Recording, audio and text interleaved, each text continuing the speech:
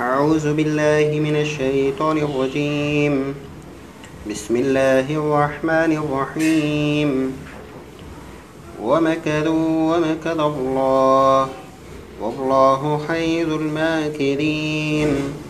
إذ قال الله يا عيسى إني متوفيك ورافعك إلي ومطهرك من الذين كفروا وجاعل الذين اتبعوك فوق الذين كفروا إلى يوم القيامة ثم إلي مرجعكم فاحكم بينكم فيما كنتم فيه تختلفون.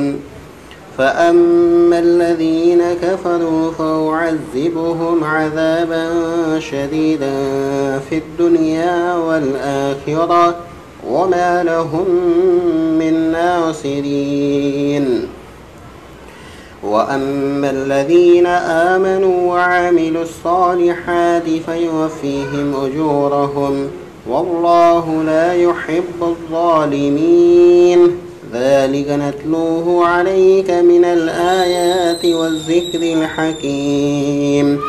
إن مثل عيسى عند الله كمثل آدم خلقه من تراب ثم قال له كن فيكون.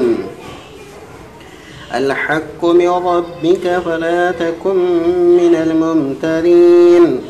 فمن حاجك فيه من بعد ما جاءك من العلم فقل تعالوا ندع أبناءنا وأبناءكم ونساءنا ونساءكم وأنفسنا وأنفسكم ثم نبتهل فنجعل لعنة الله على الكاذبين. إن هذا لهو القصص الحق وما من إله إلا الله وإن الله لهو العزيز الحكيم. صدق الله العظيم.